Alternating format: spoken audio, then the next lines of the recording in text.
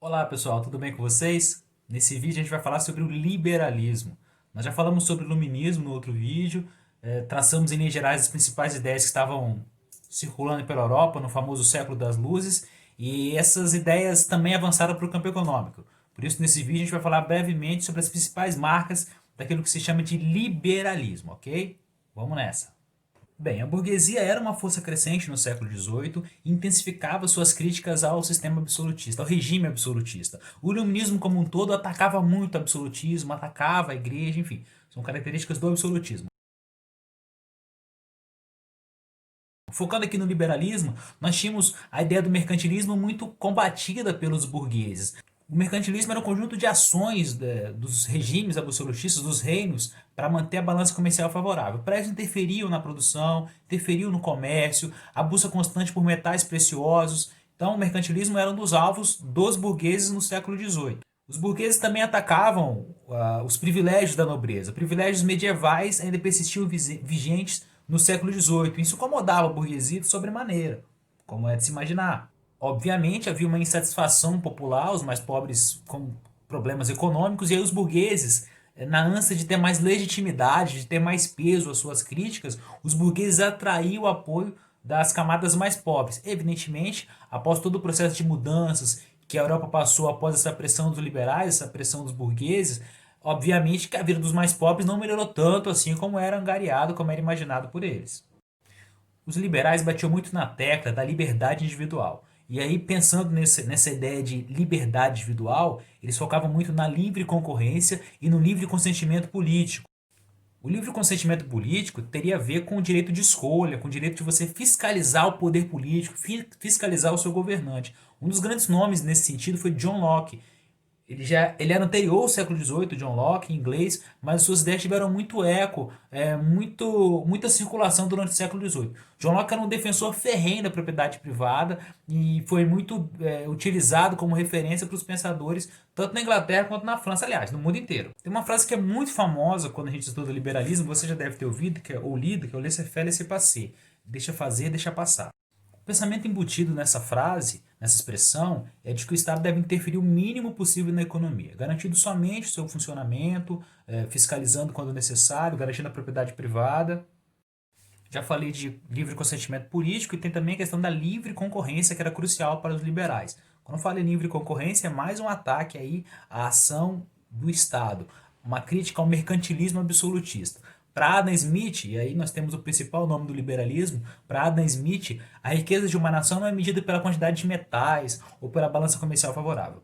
Para Smith, a riqueza de uma nação seria medida pela quantidade de bens que uma nação consegue produzir e exportar. Smith é um entusiasta do trabalho, ele em Deus, ele defende a centralidade do trabalho para o crescimento da nação. Por isso é adorado pelos burgueses, né, pelos capitalistas. Smith também critica as constantes altas de impostos. Ele defendia que deveria haver uma maior racionalidade na cobrança de impostos. Adam Smith defendia que o mercado deveria ser regulado por uma lei chamada Lei da Oferta e da Procura. Segundo ele, esta lei regularia as relações comerciais. Os preços seriam controlados, regulados automaticamente por a chamada mão invisível do mercado. Que ideia é essa da lei da oferta e da procura, da mão invisível? A lei da oferta e da procura. Se muita gente procura um produto, esse produto tende a aumentar de preço, se a oferta não atender. Então, se você tem pouca oferta e muita procura, o preço vai aumentar. Se você tem muita oferta e pouca procura, o preço vai diminuir. Época de colheita do tomate, há uma tendência do tomate baixar de preço. Época de muita chuva em que se perde muita plantação, há uma tendência ao alface aumentar de preço. Por quê? Porque você diminui a oferta do alface e a procura aumenta e aquilo tende a crescer de preço. Basicamente é isso. A grande questão é que Smith defendia que essa mão invisível regularia essas relações e aí se o produto tivesse muito caro, a pessoa deixaria de comprar, o comerciante seria obrigado a baixar aquele preço. Entretanto, essa mão invisível, ela costuma bater forte e bater forte nos mais pobres.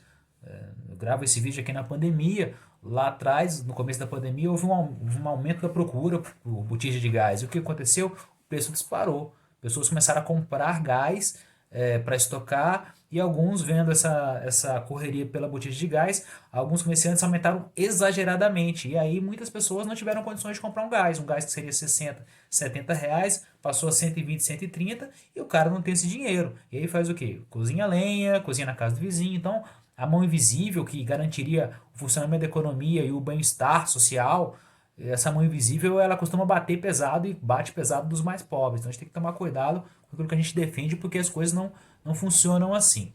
Tem um tema que se estuda que são as chamadas revoluções burguesas. As revoluções burguesas, elas dependem em grande parte dessas ideias do liberalismo. Então o liberalismo, ele vai fazer circular novas ideias, vai aumentar as críticas ao absolutismo, e as revoluções burguesas que acontecem na França e outras partes do mundo, as revoluções burguesas, elas vão colocar a burguesia no centro do poder, vão se valer dessas ideias. Como eu falei lá no começo, a burguesia vai atrair o apoio dos mais pobres com dificuldades econômicas e querendo uma vida melhor. Esses mais pobres fazem coro nas revoluções, são fundamentais para que as revoluções ocorram. Entretanto, após a chegada ao poder da burguesia, porque as revoluções burguesas, fruto do iluminismo, fruto do liberalismo, colocam a burguesia no poder, após chegar ao poder, essa burguesia vai ter ganhos, obviamente, mas a camada mais pobre, que foi fundamental para a existência desses movimentos, a camada mais pobre não tem tantos benefícios assim como era esperado.